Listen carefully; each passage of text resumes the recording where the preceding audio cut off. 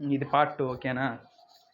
First statement ప్రకారం దీంట్లో queue అనేది ఒక అమ్మాయి, పి అనేదేమో తల్లో తండ్రో తెలియదు, కానీ వాళ్ళ పేరెంట్ అమ్మాయి వాళ్ళ తల్లో తండ్రో తెలియదు.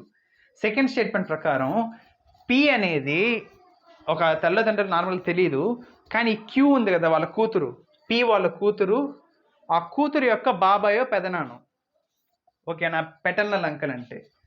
ఇప్పుడు పి అనేవాడు తండ్రి ఉంటే ఆ పెటర్నల్ అంకల్ ఉంటాడు కదా, అంటే వాళ్ళ బాబాయో పెదనాను, అంటే ఈ పి అనేవాడు తండ్రి ఉంటే ఆ బాబాయ్కి పెదనాన్నకు వీడేమవుతాడు, పి అనేవాడు అన్న తమ్ముడు అయి ఉంటాడు, బ్రదర్ అయి ఉంటాడు. కానీ క్వశ్చన్లో బ్రదర్ కాదు అన్నారు, అంటే పి అనేవాడు అమ్మాయి, అంటే పి అనేది వాళ్ళ అమ్మ అని అర్థం. సో క్వశ్చన్లో is P the mother of Q, అవును పి అనేది మదర్ ఆఫ్ క్యూ. ఎలా తెలిసిందంటే నీకు ఫస్ట్ స్టేట్మెంట్ వాడావు, సెకండ్ స్టేట్మెంట్ రెండు వాడావు. ఫస్ట్ స్టేట్మెంట్లో ఏంటంటే ఫస్ట్ కూతురు అని కన్ఫర్మ్ చేశారు. ఫస్ట్ స్టేట్మెంట్లో క్యూ అనేది పీకి కూతురు, కానీ పి అనేవాడు తండ్రో తల్లో తెలియదు. సెకండ్ స్టేట్మెంట్లో ఆ పి అనేది కూతురు కదా, ఓకే, ఈ క్యూ యొక్క పెదనాన్నో బాబాయో ఉంటారు కదా, ఆ పెదనాన్నకో బాబాయ్కో ఈ పి అనేవాడు బ్రదర్ కాదు అని చెప్పారు. బ్రదర్ అని చెప్పుంటే పి అనేవాడు తండ్రి ఉంటాడు క్యూకి. బ్రదర్ కాదు అన్నారు కాబట్టి ఏమై ఉంటారు, మరదలో వదిన అయి ఉంటాడు, అంటే వాళ్ళ అమ్మ, పి అనేది అమ్మ. సో క్యూకి పి అనేది అమ్మ, దీని ద్వారా తెలిసిపోయింది. సో రెండు యూజ్ చేసాం. సో ఇక్కడ answer 3. What is the mother's age, second question. ఇంకో క్వశ్చన్లో ఓకేనా, అంటే తల్లి ఏజ్ ఎంత అని తెలుసుకోవాలంటే నీకేం తెలిసి ఉండాలి, డైరెక్ట్గా ఏజ్ అయినా తెలిసి ఉండాలి, లేదా పోయిన సంవత్సరం ఎప్పుడో ఇంత ఏజ్ ఉంది, ఇప్పుడు 5 సంవత్సరాలు అయిపోయింది, ఇప్పుడు ఏజ్ ఎంత, అలా అయినా తెలిసి ఉండాలి, లేదా కొడుకు ఏజ్కి తల్లి ఏజ్కి మధ్య రిలేషన్ ఏమైనా చెప్పి ఉన్నా తెలిసిపోతుంది మనకి. ఇక్కడ ఫస్ట్ స్టేట్మెంట్లో ఏమి ఇచ్చాడంటే 15 years ago the mother was twice the age of her daughter 5 years ago. ఏమి ఇచ్చాడంటే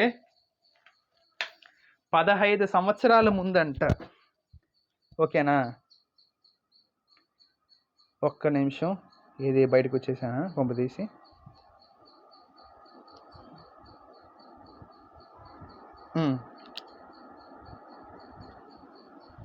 15 years ago, ఫర్ సపోజ్ ఆ మదర్ ఏజ్ ఇప్పుడు ఎక్స్ అనుకో, మనకు తెలియదు ఇప్పుడు ప్రెసెంట్ ఏజ్ మనకు తెలియదు, ఎక్స్ అనుకో.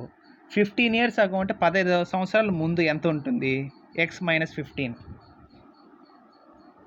15 years ago the mother was twice the age of her daughter 5 years ago. వాళ్ళ డాటర్ ఏజ్ వై అనుకో, వాళ్ళ డాటర్ ప్రజెంట్ ఏజ్ వై అనుకో, ఇప్పుడు ఏజ్ వై అనుకో. 5 years ముందంటే వై మైనస్ 5. ఏమన్నారంటే 15 years ముందు వాళ్ళ అమ్మ ట్వైస్ 2 times ఉన్నిందంట, is equal to 2 times of వాళ్ళ డాటర్ ఏజ్ 5 years ముందు. వాళ్ళ అమ్మాయి 5 సంవత్సరాల ముందు ఎంతైతే ఏజ్ ఉందో దానికి డబల్ ఏజ్ ఉన్నిందంట, ఈమెకి 15 సంవత్సరాల ముందు. ఇది ఒక రిలేషన్ ఇచ్చారు, దీని ద్వారా కనుక్కునేస్తావా అంటే దీన్ని సాల్వ్ చేయి. X minus 15 is equal to 2y minus 10. ఇది ఇటు పంపిస్తే ఎక్స్ మైనస్ 2y, ఈ 15 అటు పంపిస్తే is equal to 5.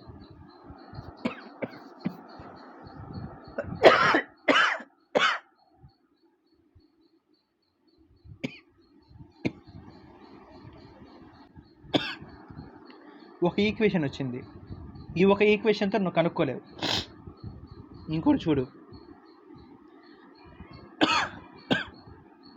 5 years later, 5 సంవత్సరాల తర్వాత, అంటే ఇప్పుడు ఆమె ఏజ్ ఎక్స్ కదా, 5 సంవత్సరాల తర్వాత అంటే x plus 5. The mother's age will be twice the age of her daughter 5 years after. 5 years later the mother's age will be twice the age of her daughter. 5 సంవత్సరాల తర్వాత ఆ మదర్ ఏజ్ అనేది 2 times ఉంటుందంట వాళ్ళ daughter ఏజ్తో పోలిస్తే. అంటే 5 సంవత్సరాల తర్వాత వాళ్ళ డాటర్ ఏజ్కి 2 టైమ్స్ ఉంటుంది.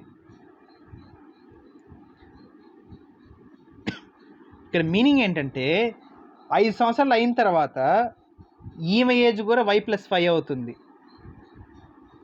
అప్పుడు ఏమవుతుందంటే ఈ ఏజ్ ట్వైస్ ఉంటుందంట, అంటే 2 రెట్లు ఉంటుందంట.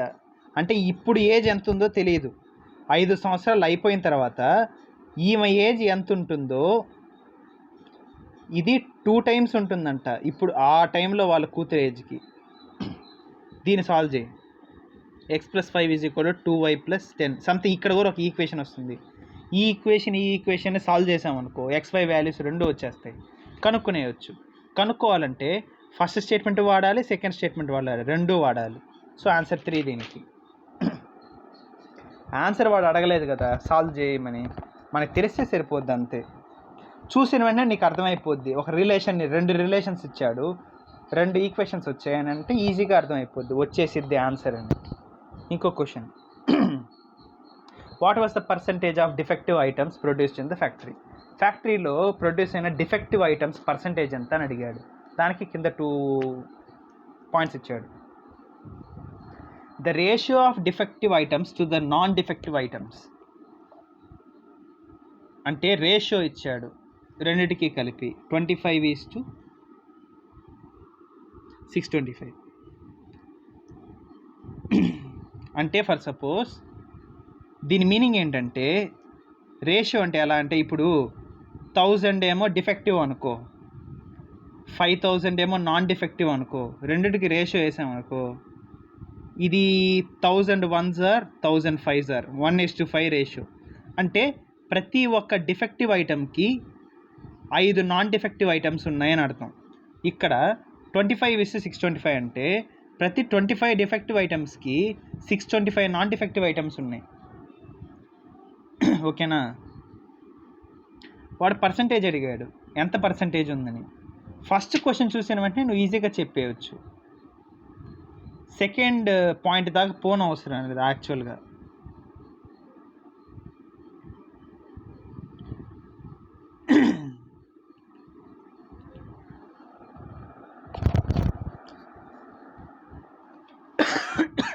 (25:625) ఇదేమో డిఫెక్టివ్, ఇది నాన్ డిఫెక్టివ్.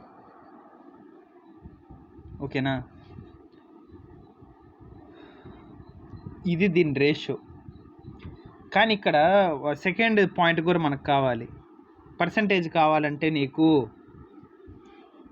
పర్సంటేజ్ ఎలా వేస్తావు? డిఫెక్టివ్ పర్సంటేజ్ అంటే డిఫెక్టివ్ ఐటమ్స్ ఎన్ని ఉన్నాయి బై టోటల్ ఐటమ్స్ ఎంత ఇంటూ 100. టోటల్ ఐటమ్స్ నీకు కావాలి కదా. సో టోటల్ ఐటమ్స్ ఇచ్చాడు సెకండ్ పాయింట్లో. The total number of defective items produced was 225. So ఈ టోటల్ కాదులే, డిఫెక్టివ్ ఐటమ్సే 225 అంట ప్రొడ్యూస్ అయింది. చూడు, డిఫెక్టివ్ నాన్ డిఫెక్టివ్కి రేషియో 25:625.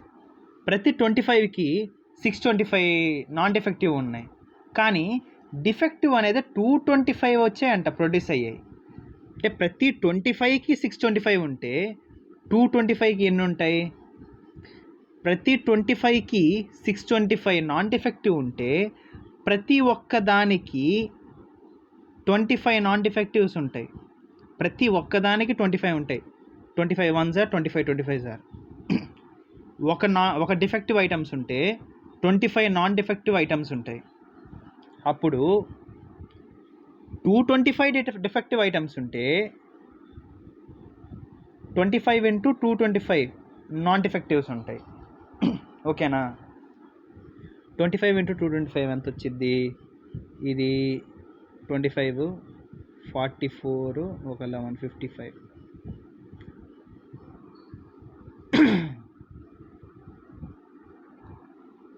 44 12 56 5625 ఉంటాయి. సో నాన్ డిఫెక్టివ్ ఏమో 5625, డిఫెక్టివ్ ఏమో 225, టోటల్గా ఏమో 5850 టోటల్. డిఫెక్టివ్ పర్సంటేజ్ కావాలంటే 225/5850 ఇంటూ 100 చేస్తే వచ్చేస్తుంది నీకు.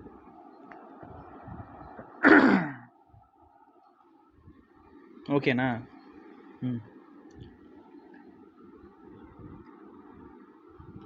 లేదా యావరేజ్గా చూసుకున్నా ఇక్కడ 25:625 అని ఇచ్చాడు కదా,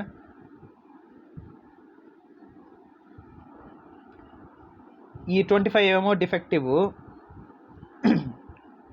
625 నాన్ డిఫెక్టివ్. కొంతమంది ఏం చేస్తారంటే ఆ రేషియోలో ఉంది కదా, పర్లేదులే 25 డిఫెక్టివ్ అనుకుందాం, 625 నాన్ డిఫెక్టివ్ అనుకుందాం, యాడ్ చేస్తే టోటల్ డిఫెక్టివ్ వచ్చిద్ది చేసేస్తారు, 650 వేసేస్తారు, పైన డిఫెక్ట్ 25 వేసేస్తారు. ఈ ఆన్సర్ వేరే వచ్చిద్ది, ఇది వేరే వచ్చిద్ది అని అనుకుంటారు, కానీ ఆన్సర్ కరెక్ట్గా వచ్చిద్ది రెండు. ఓకేనా? చూడు కావాలంటే 25/650, 25 1s are 25, 26 are 625 అంతే, 26 are. ఇదేమో 50s are 23s are 50/23. ఇక్కడ ఆన్సర్ చూద్దాం. చూడు 25 9s are ఇది. ఇక్కడేమో 25 2s are 85, 25 3s are 100, 4s are.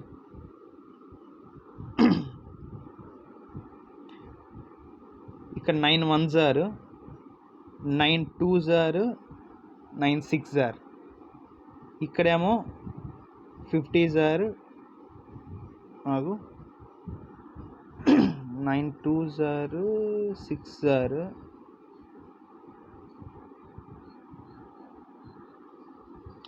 13 correct. 50/13. ఇక్కడ కూడా 50/13 ఆన్సర్ కరెక్ట్గా వచ్చింది. సో ఇక్కడ ఫస్ట్ స్టేట్మెంట్ చూస్తేనే నీకు అర్థమైపోద్ది.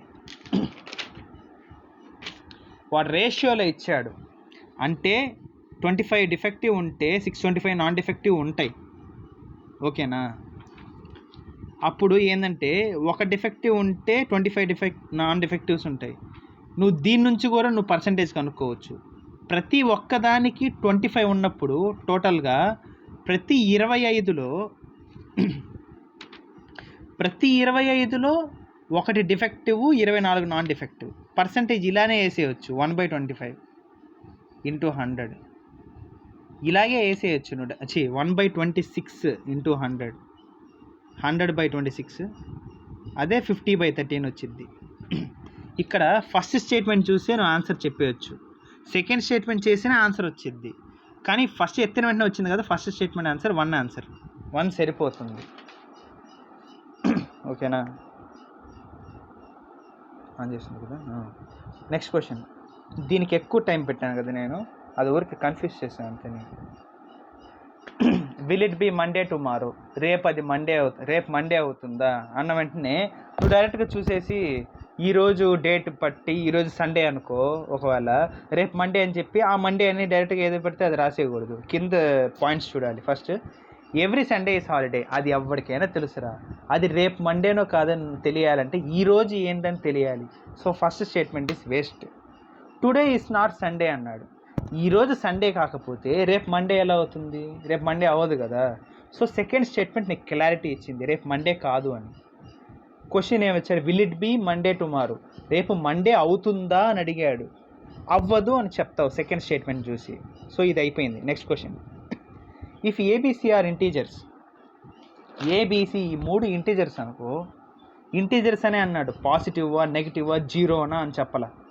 అంటే అది ప్లస్ నెంబర్లు అయినా ఉండొచ్చు, మైనస్ నెంబర్ అయినా ఉండొచ్చు, ఈ మూడిట్లో ఏదో ఒకటి జీరో అయి ఉండొచ్చు, 3 జీరో అయి ఉండొచ్చు, చెప్పలేము.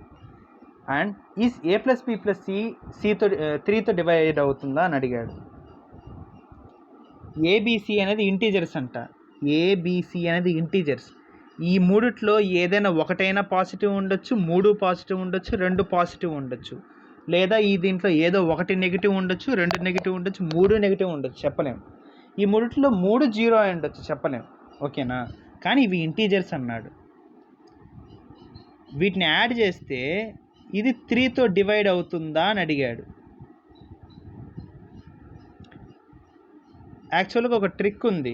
ఏదైనా ఒక నంబర్ 3తో డివైడ్ అవుతుందా లేదా అని చూడాలనుకుంటే, ఇప్పుడు 27 ఉందా, ఇది 3తో డివైడ్ అవుతుందా లేదా నీకు తెలియాలి.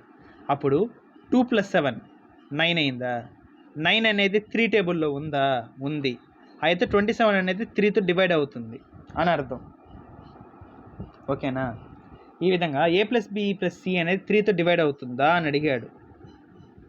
ఓకేనా?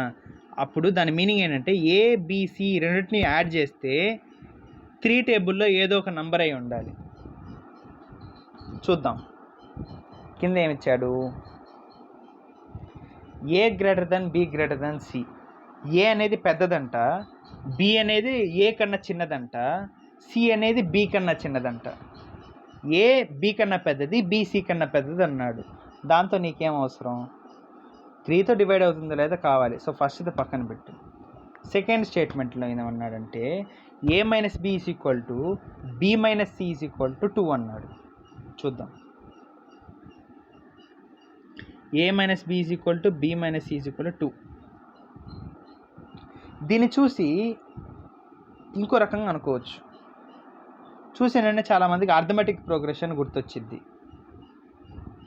ఏకి బీకి డిఫరెన్స్ ఏమో 2 అన్నాడు, బీకి సికి డిఫరెన్స్ ఏమో 2 అన్నాడు. అంటే అర్థమెటిక్ ప్రోగ్రెషన్లో ఉంది సంథింగ్ అనుకుంటారు, కానీ ఇప్పుడు అది అవసరం లేదు. యాక్చువల్గా a - b b - c 2 అన్నాడు. First a - b 2, next b - c 2 చూద్దాం. a - b 2 అయితే a 2 + b అవుతుంది. b - c 2 అంటే b 2 + c అవుతుంది. ఓకేనా? అంతే తెలుస్తుంది. నెక్స్ట్ సి ఉంది, ఏబిసి. ఇలా నీకు రావట్లేదు. చూద్దాం. a - b b - c అన్నాడు. అది కూడా రాదు. a + b + c యాడ్ చేస్తే వస్తుందా లేదో తెలియాలి నీకు, అంతే. ఏనా బీసీలో ఉంది, a2 + b, సి ఏమో 2 + గుడ్. ఏ ఏమో 2 + b కదా, ఇక్కడ b = కాకుండా ఈ b - c 2 ఉందా, సిని ఇటు పంపించు, అప్పుడు సి ఇటు వచ్చిద్ది, 2 ఇటు పంపిస్తే b - 2. అంటే సి వాల్యూ ఏమో b - 2, ఏ వాల్యూ ఏమో 2 + b, బి వాల్యూ ఏమో b, అంతే. a + b + c చేద్దాం ఉండు. ఏ ఏమో 2 + b ప్లస్ b ఏమో b, అంతే, ప్లస్ సి ఏమో b - 2 +2 -2. +2 -2 క్యాన్సిల్ చేస్తే యాడ్ చేస్తే 3b. a + b + c అనేది 3b అంట. ఈ 3b అనేది 3తో డివైడ్ అవుతుందా, అవుతుంది. సో ఎలా తెలిసింది మనకి, సెకండ్ స్టేట్మెంట్ వల్ల తెలిసింది. ఆన్సర్ ఏమో 2. నెక్స్ట్ క్వశ్చన్ చూద్దాం. What is the length of line segment AB on the straight line PQ? Line అంటే నార్మల్గా సెగ్మెంట్ అంటే ఒక పార్ట్ అని అర్థం. ముక్క ఒక పార్ట్, ఇది సెగ్మెంట్ అంటే ఒక పార్ట్. లైన్ అంటే ఒక గీత అంటే నువ్వు ఇంతే ఉండాలి అంతే ఉండాలి కాదు, గీసుకుంటూ పోతుంది గీత అనేది. ఓకేనా? గీత ఇలా ఉంటుంది, ఇటుపక్క నుంచి ఎక్స్టెండ్ అవుతూ ఉంటుంది గీత, ఎక్కడ ఆగదు. లైన్ అనేది ఎక్స్టెండ్ అవుతూ ఉంటుంది, గీత ఇది. దీంట్లో ఒక సెగ్మెంట్, ఒక పార్ట్, ఒక ముక్క, PQ సంథింగ్ ఏదో పేరు పెట్టాడు దానికి. లైన్ ఏమో PQ అంట. ఈ లైన్లో ఒక సెగ్మెంట్ ఉంది, దానికి వాడు AB అని పెట్టాడు. ఇది A అనే ఒక పాయింట్, ఇది B అనే ఒక పాయింట్. ఈ లైన్ సెగ్మెంట్ ఉంది. ఏం అడిగాడు దీంట్లో, లెంత్ ఎంత అని అడిగాడు, దాని పొడవు ఎంత, ఈ లైన్ సెగ్మెంట్ పొడవు ఎంత, ఇక్కడ నుంచి ఇక్కడికి డిస్టెన్స్ ఎంత అని అడిగాడు. తెలియాలంటే వాడు ఏదో ఒకటి చెప్పాలి నీకు. ఏమి ఇచ్చాడు చూద్దాం. AP = BQ.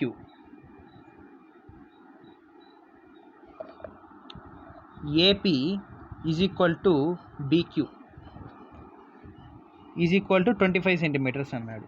అంటే ఇక్కడ నుంచి ఇక్కడికి ఈ పి నుంచి ఏకి ఎంత డిస్టెన్స్ ఉందో 25 అంట. అదేవిధంగా ఈ బి నుంచి ఈ క్యూకి 25 సెంటీమీటర్స్ అంట. మనకు కావాల్సింది ఏ నుంచి బీకి, ఇది మనకి తెలియలే. ఫర్ సపోజ్ ఇక్కడ ఏమి ఇచ్చాడు, ఇక్కడ నుంచి ఇక్కడికి 25 అన్నాడు, ఇక్కడ నుంచి ఇక్కడికి 25 అన్నాడు, 25 ఇది 25 ఇది. ఫర్ సపోజ్ ఈ పి నుంచి క్యూ దాకా 60 అని ఇచ్చాడు అనుకో, పి నుంచి క్యూ దాకా 60 అని ఇచ్చాడు అనుకో, అంటే ఇక్కడ నుంచి ఇక్కడ దాకా 60 అని ఇస్తే ఇక్కడ నుంచి ఇక్కడ 25, ఇక్కడ నుంచి ఇక్కడ 25, 25 50 తీసేస్తే మధ్యలో మిగిలింది ఈ పార్టే కదా, ఎంత అవుతుంది 10 అని మనం చెప్పేయచ్చు. సెకండ్ పాయింట్లో ఏమి ఇచ్చాడో చూద్దాం. First PQ is equal to 300 centimetres చెప్పానా. పి నుంచి క్యూ వరకు 300 అంట. ఇక్కడ నుంచి ఇక్కడ దాకా 300 అని చెప్పాడు. ప్లస్ ఈ పార్ట్ 25 అని చెప్పాడు, ఈ పార్ట్ 25 అని చెప్పాడు, మొత్తం 50. మిగిలింది మనకు కావాల్సింది ఏ నుంచి బీకి. 300 నుంచి 50 తీసేస్తే 250. ఇదే మధ్యలో కావాల్సింది. సో మనకి ఫస్ట్ స్టేట్మెంట్ హెల్ప్ అయింది, సెకండ్ స్టేట్మెంట్, రెండింటిని కలిపి చేసాం కాబట్టి ఆన్సర్ 3 దీనికి.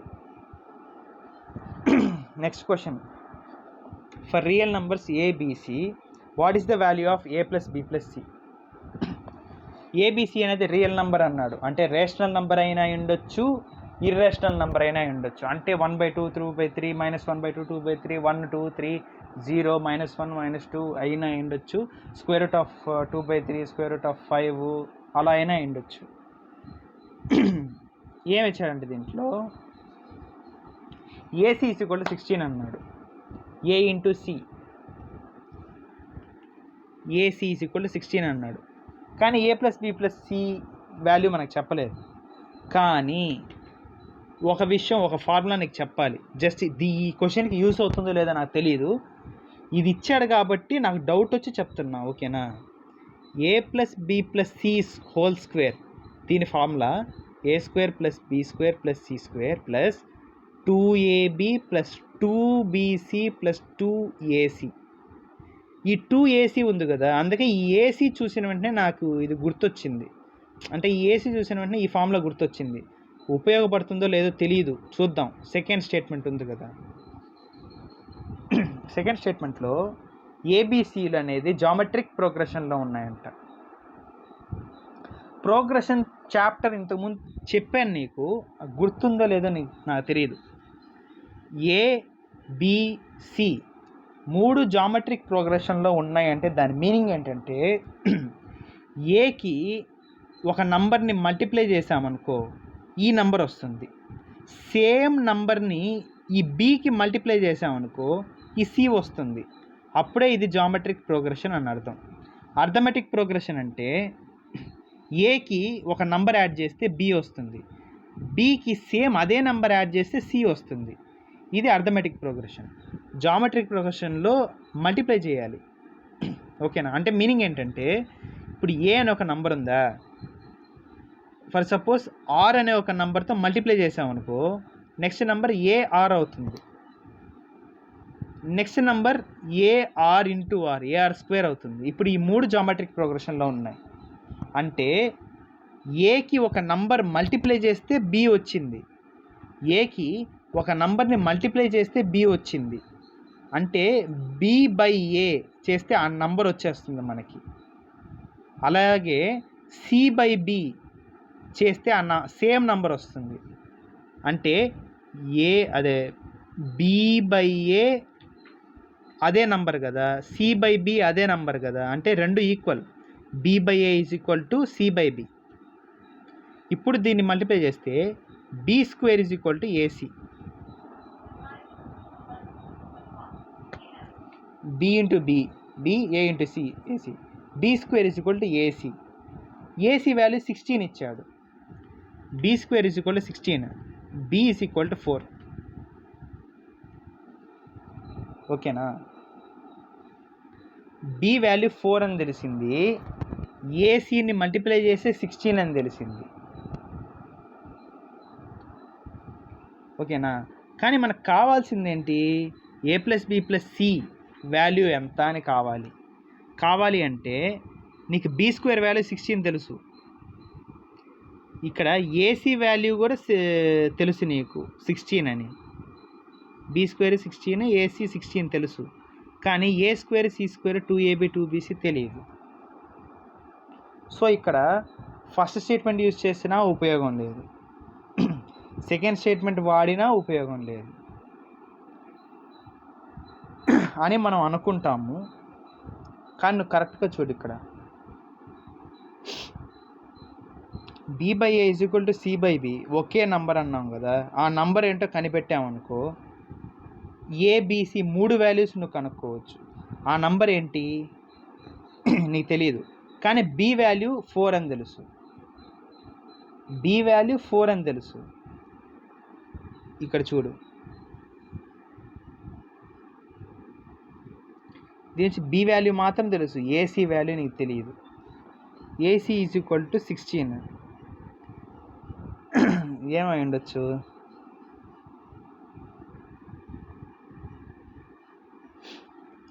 ఏబిసి జామెట్రిక్ ప్రోగ్రెషన్లో ఉన్నాయి. ఏ ఏమో తెలియదు, బి ఏమో 4, సి ఏమో తెలియదు. ఈ మూడింటిని యాడ్ చేస్తే ఏమొస్తుందో మనకు తెలియదు, కానీ మూడింటిని యాడ్ చేయడానికి మాత్రం ఫార్ములా ఉంది. అది కూడా ఎలా వచ్చిందో ఫార్ములా నీకు నేను చెప్పాను ముందుగా.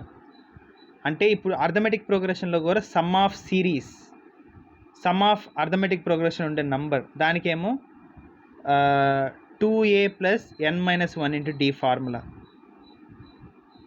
అర్థమెటిక్ ప్రోగ్రెషన్కి. అయితే జామెట్రిక్ ప్రోగ్రెషన్కి ఏంది ఇది ఊరికి వెళ్ళిపోతుంది. జామెట్రిక్ ప్రోగ్రెషన్కి n/2 × 2a + n - 1 × d. ఇది కాదు, అర్థమెటిక్ ప్రోగ్రెషన్కి ఏమో n/2 × 2a + n - 1 × d. Geometric ప్రోగ్రెషన్కి some of దాని వాల్యూ ఏంటంటే గుర్తులేదే, ఆగు డెరైవ్ చేసుకుంటా కాసేపు ఉండు. జామెట్రిక్ ప్రోగ్రెషన్కి a × r⁻n - 1/r-1 ఇది ఫార్ములా. ఇది ఎలా వచ్చిందో నేను నీకు చెప్పాను వేరే వీడియోలో, కావాలంటే నా యూట్యూబ్ ఛానల్లో ఉంటుందో చూసుకో. ఏ అంటే ఫస్ట్ నంబర్ అని అర్థం, ఓకేనా? ఈ యాడ్ చేస్తే ఏమొస్తుందో మనకు తెలియదు, కానీ ఫార్ములా అయితే ఉంది. ఇక్కడ ఆర్ వాల్యూ కూడా మనకు తెలియదు, ఇది కూడా యూస్ చేయలేము మనం. సో ఆ క్వశ్చన్కి ఫస్ట్ యూజ్ చేసినా సెకండ్ యూజ్ చేసినా రెండు యూజ్ చేసినా ఆన్సర్ రాలేదు, అంటే ఇంకా ఏదో ఇన్ఫర్మేషన్ కావాలి. సో ఆన్సర్ దానికి 4. నాకు డౌట్, 4 కాదు ఆన్సర్ చూద్దామా, మనం ఎంత తప్పు చేసామో లేదో. 4 ఎందుకు క్వశ్చనా యాడ్ చేసింది ఇది.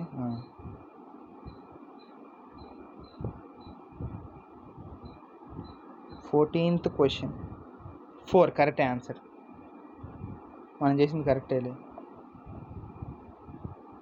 నేనేమి పెద్ద ఇది కాదు కదా, నేను కరెక్ట్ చేశాను లేదా నాకు తెలియడానికి. చూసుకోవాలి అప్పుడప్పుడు ఆన్సర్ కరెక్టో లేదు, తిట్టుకోకూడదు నన్ను ఇంత లేట్ చేస్తున్నాడు యాదవా అని.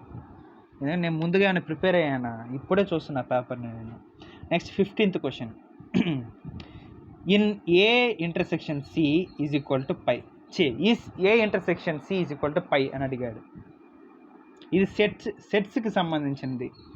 సెట్స్ ఇలా వేస్తారు చూడు, వెన్ డయాగ్రామ్ బొమ్మ వేస్తారు, ఇది ఏ అంటారు, బి అంటారు, ఇది సెట్స్, దీనికి సంబంధించింది. ఏ ఇంటర్సెక్షన్ బి అనేది పైయా అన్నాడు. అంటే పై అంటే నథింగ్, నల్ సెట్ అంటారు. ఇప్పుడు ఏ బి అనేది ఏంటంటే ఒక సెట్ అంటే లిస్ట్. ఇప్పుడు ఏ అనేది సెట్ ఆఫ్ బిస్కెట్స్ అన్నాం అనుకో, set good day Marie Gold, good day comma Marie Gold comma tiger biscuit comma Parle-G comma ఏమున్నాయి బిస్కెట్లు ఇంకా డార్క్ ఫ్యాంటసీ కామా ఏమున్నాయి మనం treat gym jam comma so on biscuits. అదేవిధంగా సెట్ బి ఏమో ఇది సెట్ ఏ అనుకుందాం, బిస్కెట్ అనుకుందాం, బి ఏమో చాక్లెట్ అనుకుందాం, ఓకేనా. బిస్కెట్కి చాక్లెట్కి ఏమైనా సంబంధం ఉందా? లేదు. ఇంటర్సెక్షన్ అంటే ఈ రెండిటికి కామన్గా ఉండేవి, అంటే ఏ లిస్ట్లోనూ ఉండాలి, బి లిస్ట్లోనూ ఉండాలి, రెండిట్లో ఉండాలి, ఉంటే కామన్గా ఉండేది అని అర్థం. ఈ రెండిట్లో ఏది కామన్గా లేదనుకో అది నల్ సెట్, ఏం లేదు list. A intersection B list కావాలని అంటాడు, అంటే దీని లిస్ట్ ఏముంది ఇక్కడ? నథింగ్. ఈ రెండిట్లో కామన్గా ఏం లేదు కాబట్టి జస్ట్ ఖాళీ బ్రాకెట్ నల్ సెట్. ముందు ఏ ఇంటర్సెక్షన్ బి పై అవుతుందో లేదో మనకు తెలియాలంటే ఏ బి గురించి మనకు తెలియాలి కదా. సో కింద ఏమి ఇచ్చాడో చూద్దాం. A intersection B is equal to A intersection C అన్నాడా? ఓకే ఓకే సారీ, అదే కదా question. So A intersection C అనేది పైయా అని కనుక్కోవాలి మనం, అవునా కాదా అని. క్వశ్చన్లో ఏమి ఇచ్చాడంటే ఏ ఇంటర్సెక్షన్ బి అనేది పై అని ఇచ్చాడు, అండ్ బి ఇంటర్సెక్షన్ సి అనేది పై, రెండు ఇచ్చాడు, ఓకేనా. ఫస్ట్దేమో ఏకి బికి మధ్య కామన్గా ఏమి లేవన్నాడు, ఓకేనా. అంటే ఏ వేరే జాతి, బి వేరే జాతి.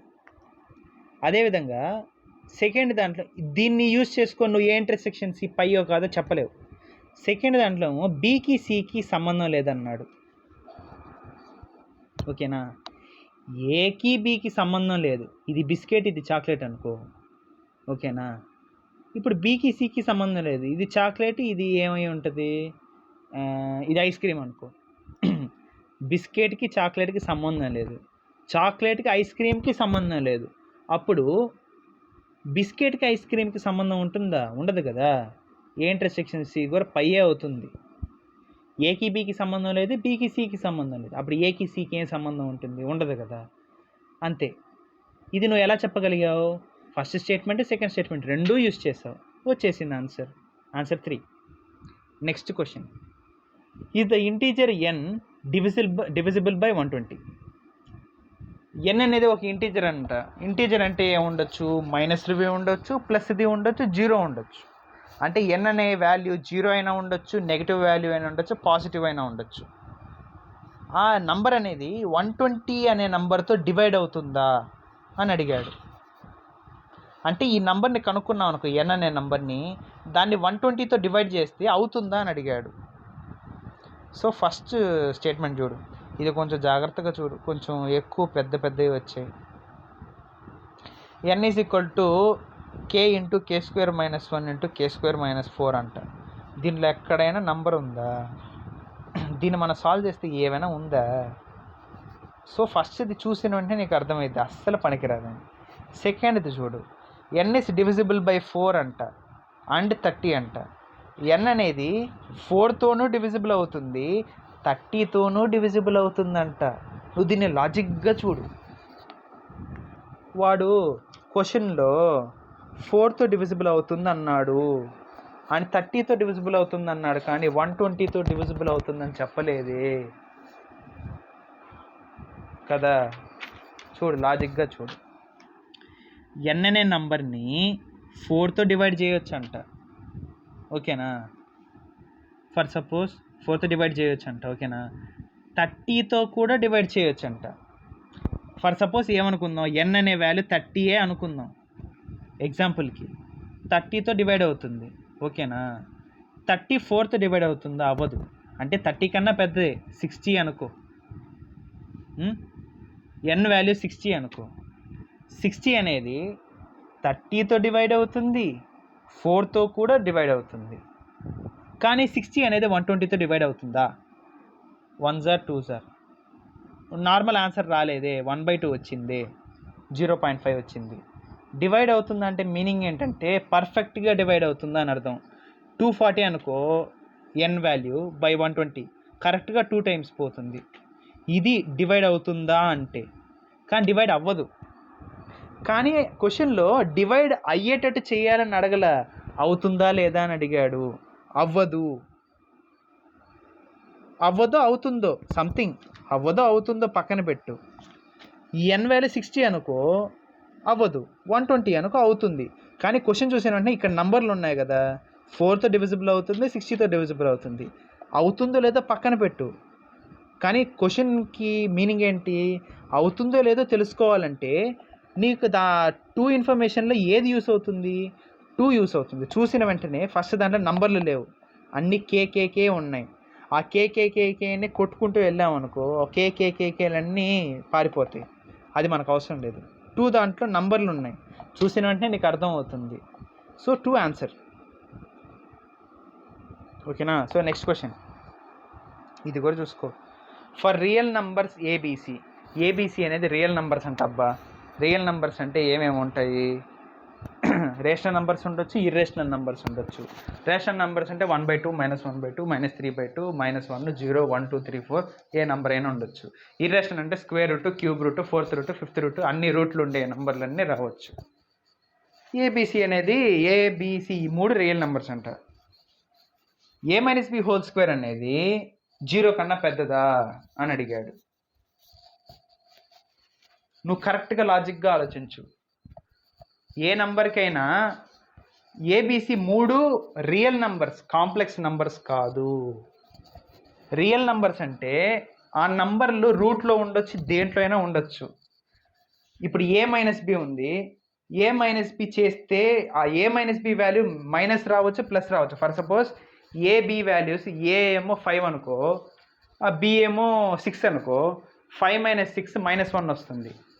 లేకపోతే ఏ వాల్యూ 6 అనుకో, బి వాల్యూ 5 అనుకో, 6 - 5 1 వచ్చింది. ఆ లోపల a-b అనేది ప్లస్ ఉన్నా మైనస్ ఉన్నా దాన్ని స్క్వేర్ చేసేస్తే ఏమవుతుంది? పాజిటివ్ నెంబర్, ప్లస్ నెంబరే వస్తుంది కదా. సో a-b² అనేది ప్లస్ నెంబరే, ప్లస్సే వచ్చింది. ఓకేనా? అంటే >0 వస్తుంది. కానీ ఒక ఛాన్స్ ఉంది. a-b అనేది 0 అయిందనుకో, ఫర్ సపోజ్ ఏ వాల్యూ 5 అనుకో, బి కూడా 5 అనుకో, 5 - 5 0 కదా, 0² కూడా 0నే. అంటే ఛాన్స్ ఏముంది ఇక్కడ? a-b² అనేది >0 అయినా ఇవ్వచ్చు, అంటే పాజిటివ్ నెంబర్ అయినా రావచ్చు, లేదా 0